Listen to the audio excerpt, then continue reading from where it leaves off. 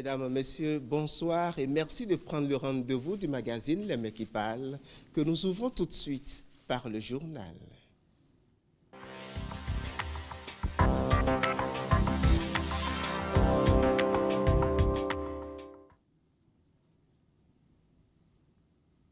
Proposition pour des élections inclusives. Adrien Humbedi rassure. Une proposition de 10 jours supplémentaires pour les partis politiques qui ne sont pas en règle. C'est l'une des décisions prises par le comité paritaire. Le président de l'Assemblée nationale a donné une conférence de presse à ce sujet. Adrien Humbedi a rassuré les uns et les autres à travers les ajustements prévus. Reportage. Adrien Humbedi, président de l'Assemblée nationale, face à la presse à moins de 48 heures de l'examen en plénière des propositions du comité paritaire pour contourner les difficultés liées aux tests électoraux. Globalement, ce sont 4 propositions majeures qui ont été formulées. La première, liée à l'enregistrement des partis politiques désireux de participer au scrutin législatif prochain et éprouvant des difficultés à se faire délivrer le certificat de conformité au ministère de l'Intérieur. Voici la proposition du comité paritaire. Nous avons décidé que, à compter de maintenant, un délai supplémentaire de 10 jours sera accordé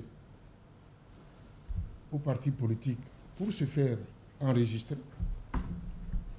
Nous avons dit que le ministère de l'Intérieur qui fait cet enregistrement doit faire parvenir ses observations en une seule fois et non pas en plusieurs fois comme nous l'avons constaté.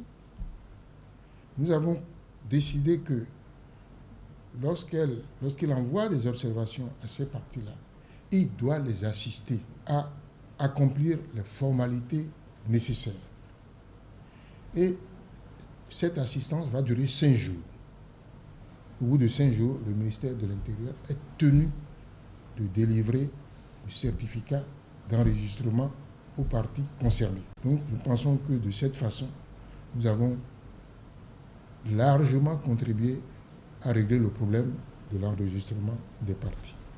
Viennent ensuite les questions liées à la délivrance du quitus fiscal rendu obligatoire dans le code électoral et celle des 10% fixée par l'article 242 pour espérer obtenir 2 sièges.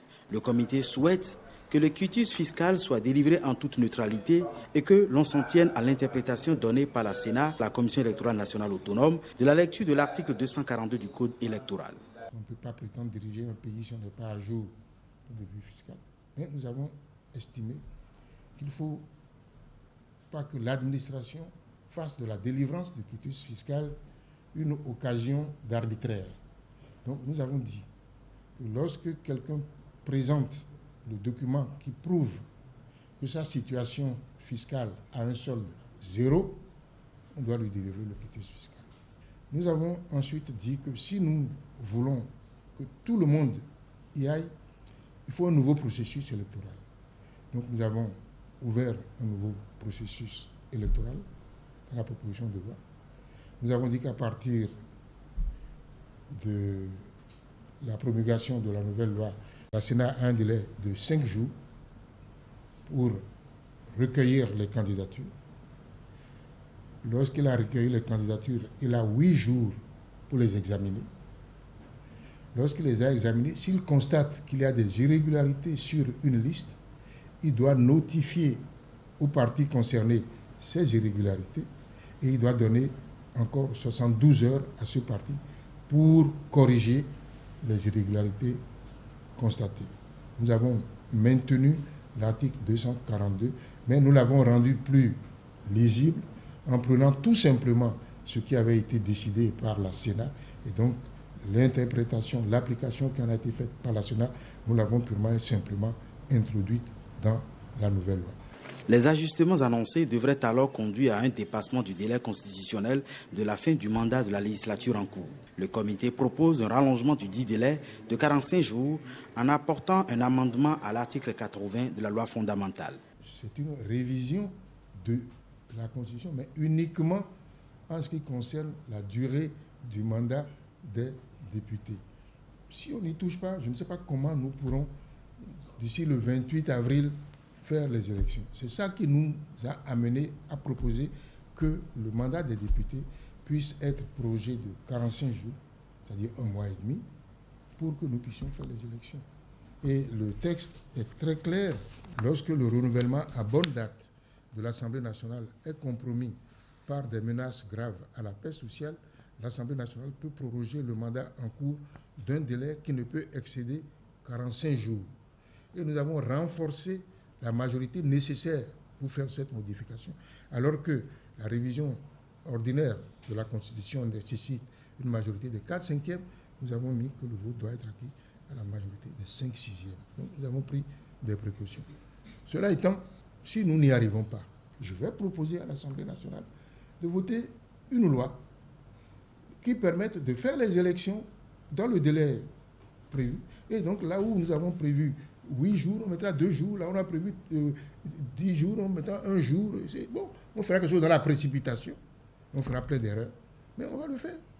Ce sont donc les propositions sur lesquelles les députés vont se pencher ce jeudi avec l'espoir qu'elles vont contribuer à l'organisation inclusive des prochaines législatives.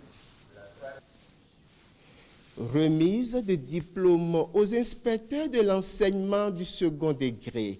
20 nouveaux inspecteurs ont reçu le parchemin au ministère des enseignements secondaires et de la formation technique et professionnelle. C'est le ministre Maouyo Kakpo qui a présidé la cérémonie de remise.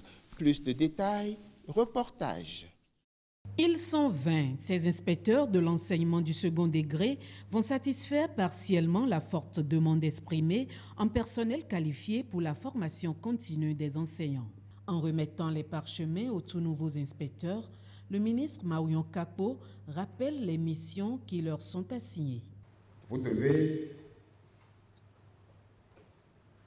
me conseiller. Dans cette disposition où vous êtes, en matière de politique éducative. Vous devez apporter votre expertise aux directions centrales, techniques et aux structures ayant à charge l'éducation et la formation. Vous devez conseiller, vous devez accompagner et vous devez inspecter les enseignants des établissements publics et privés, des enseignements secondaires généraux, techniques et de la formation professionnelle. À ces missions s'ajoutent beaucoup d'autres que les inspecteurs disent ne pas ignorer. Ils promettent contribuer à l'amélioration de la qualité de l'enseignement au Bénin. En partance pour la valorisation de ces compétences en vue de l'amélioration de la qualité de l'éducation béninoise, nous voudrions vous assurer, Monsieur le ministre, que nous sommes prêts, outillés, pour vous donner entière satisfaction. Les inspecteurs ont suivi 2 ans de cours avec une phase de séjour de plus de 3 mois en France et en Belgique. L'examen blanc du baccalauréat des États membres de l'UEMOA a eu lieu au Bénin. 350 candidats répartis dans 11 centres sur l'ensemble du territoire ont planché à cet examen.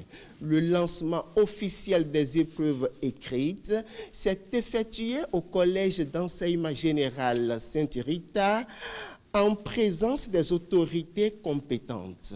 Plus de détails, reportage. D'ici 5 ans, le baccalauréat national va disparaître au profit du baccalauréat communautaire. Ce premier diplôme universitaire sera reconnu dans les 8 pays de l'espace UEMOA. Pour répondre à ce rendez-vous sous-régional, véritable facteur d'intégration, le Bénin prépare quelques candidats à cet examen. Il est important que dans un espace comme le nôtre, où la mobilité intellectuelle impose la performance et la compétence, il faudrait que les enfants soient aguerris pour que partout où ils passent, ils puissent, n'est-ce pas, faire parler d'eux. Ça apporte une préparation des esprits et une préparation aussi didactique et pédagogique pour affronter le bac UEMOA d'ici 5 ans. Nous avions choisi de faire une phase pilote, une expérimentation. Une filière a été choisie, en l'occurrence au CG Saint-Rita où nous sommes ce matin, pour que s'il y a des dysfonctionnements, il y a des irrégularités, on puisse les corriger d'ici 5 ans et être vraiment présent au rendez-vous communautaire. Le CG Saint-Rita est l'un des 11 centres qui abritent cette phase pilote. Ici composent 37 candidats de la série D, dont 11 filles dans plusieurs matières. C'est un test que nous sommes en train de faire. C'est un échantillon qui a été choisi. Nous avions tout fait pour faire représenter toutes les filières sur le plan national. Les élèves sont en train de composer ce matin du sud au nord, de l'est à l'ouest, dans différents centres. L'expérimentation, les formules dans les épreuves de SVT, de mathématiques et d'histoire géo et de français. Les conditions de composition sont celles d'un examen national. Aucune étape ne sera écartée, assure le directeur de l'Office du bac. Tout sera fait dans l'esprit du baccalauréat béninois, c'est-à-dire dans les centres de composition, les candidats composent et il y a des superviseurs, des chefs centres. Après, on va ramasser les copies des candidats.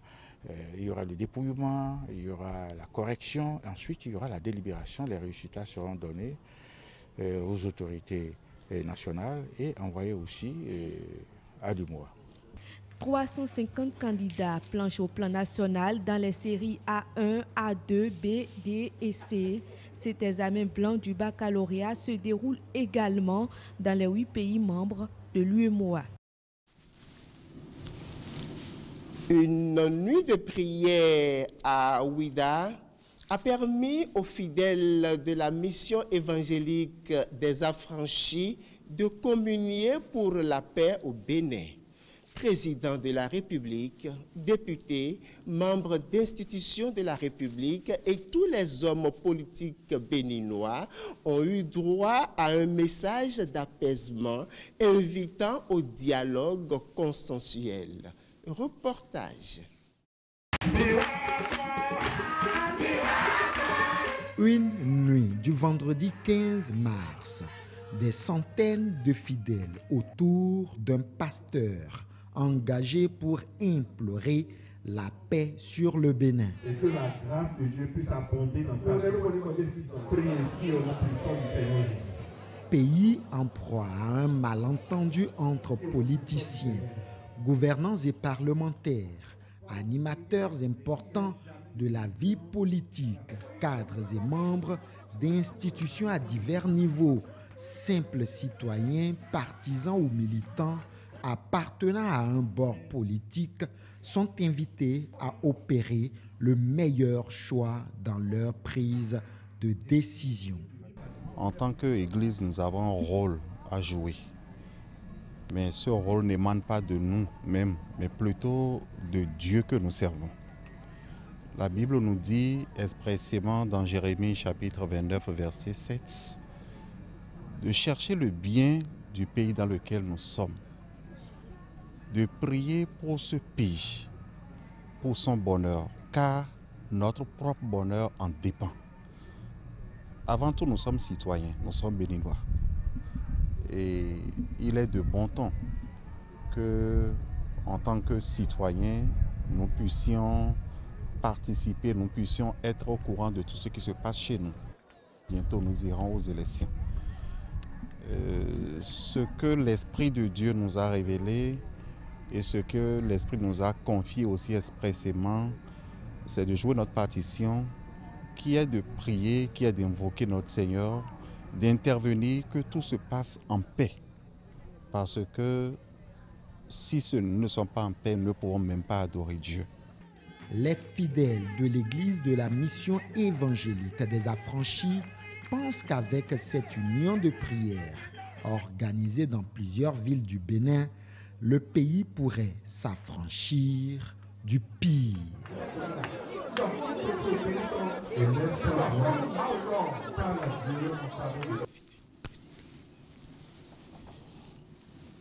Jérôme Tokbo, une héroïne s'en va. La date du 14 juin 2018 restera pour toujours gravée dans nos mémoires, car en ce jour-là, l'humanité a perdu une héroïne, Jérônime Tokpo, présidente de la Fédération des associations des personnes handicapées. Nous le savons bien que si longtemps, les étoiles les plus éclatantes brillent pendant un court temps. Nous pleurons pendant bien longtemps cette amie infatigable, combattante de la dignité. Comment ne pas rendre hommage à cette âme généreuse et cette femme aux idées si claires et jamais épuisées quand la dignité humaine est en péril? Il nous faut dire merci à Jérônime Tokpo pour nous avoir illuminés. Sa foi et sa présence près de nous.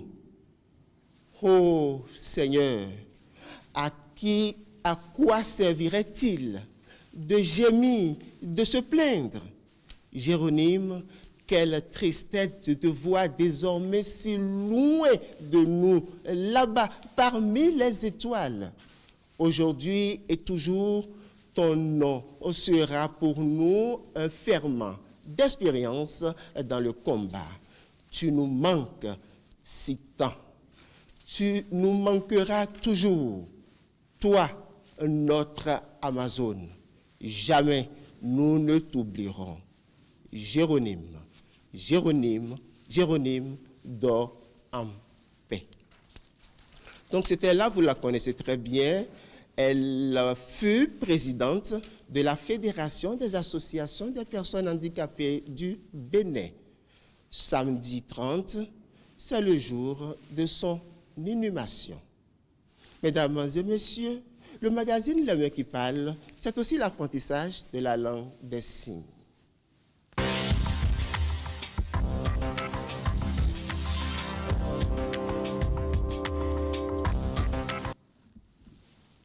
Si vous venez de nous rejoindre une fois encore, bonsoir.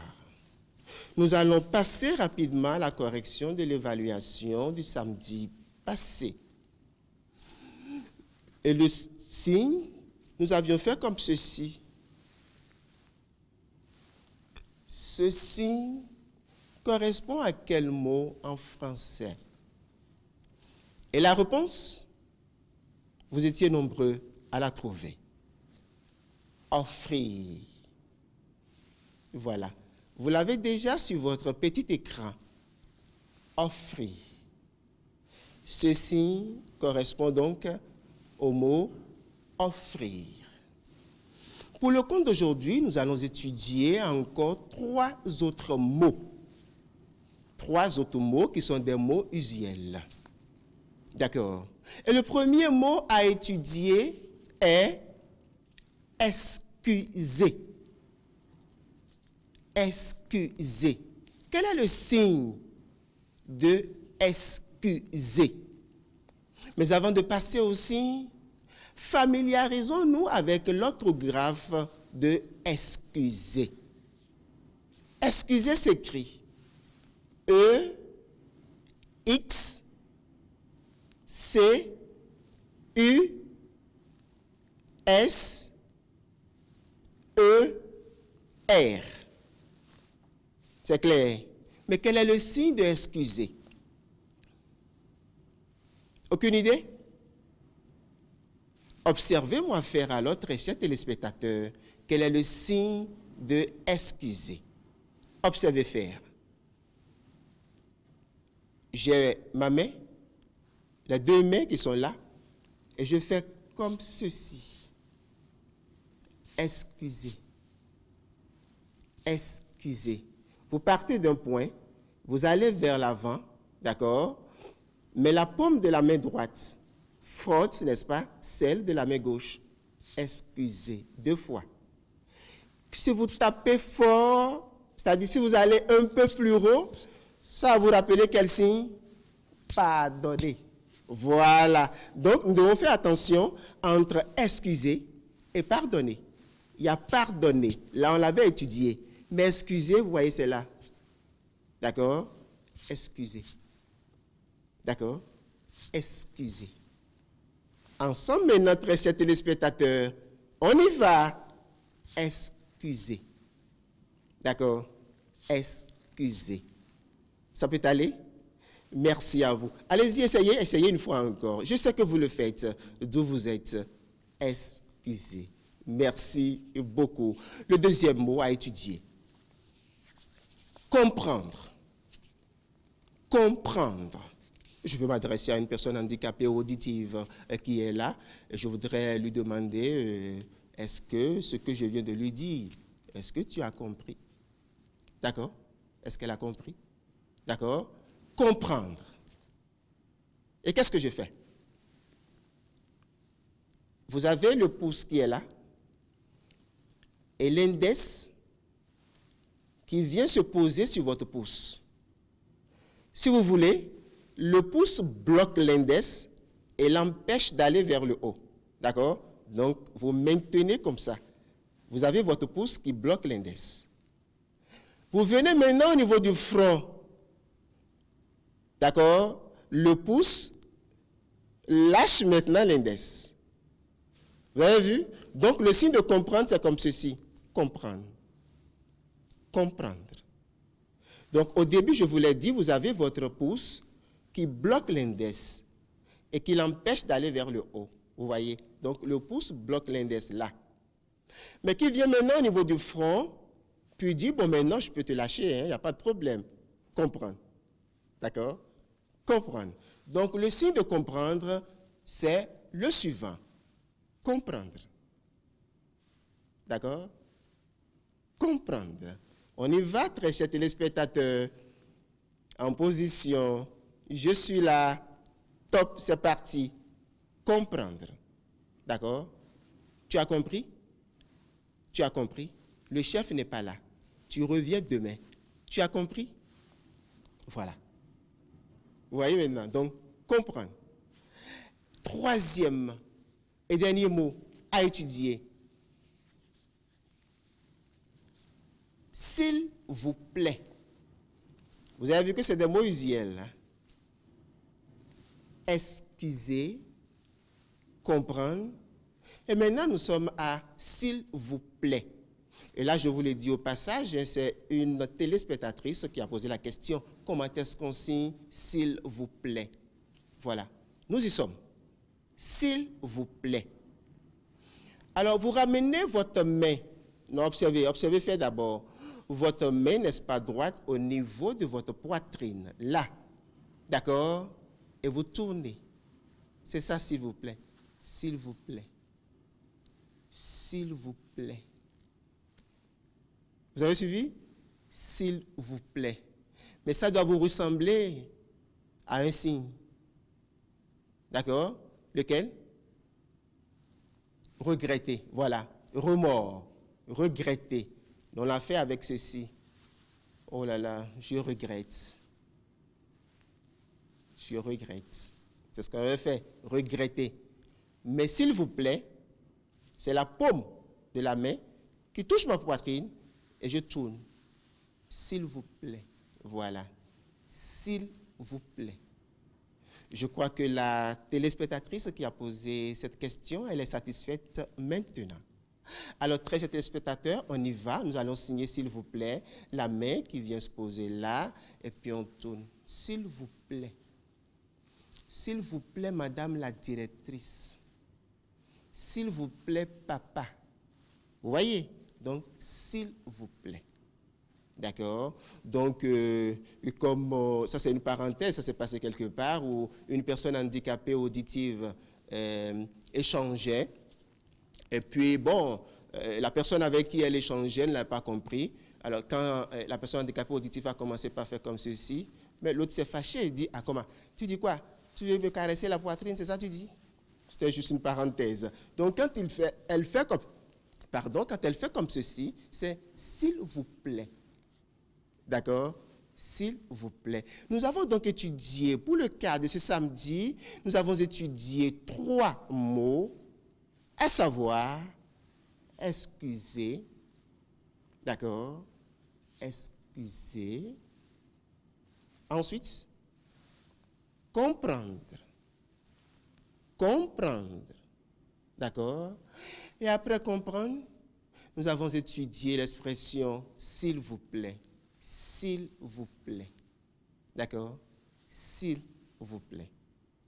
Nous allons évaluer. Qu'est-ce que nous avons retenu de ces 3 mots que nous avons étudiés? Calepin, stylo, c'est parti. Ceci correspond à quel mot en français? Ceci correspond à quel mot en français? 3e et dernière. Ceci correspond à quel mot en français? Réponse à envoyer au 97 08 58 26. Mesdames, Messieurs, c'est la fin de votre magazine préféré, Les Mains qui parlent, de ce samedi. Merci de votre attention particulière. Mais surtout, n'oubliez pas le rendez-vous de demain. Il y a match Togo-Bénin. C'est bien ça. Bon week-end et au revoir.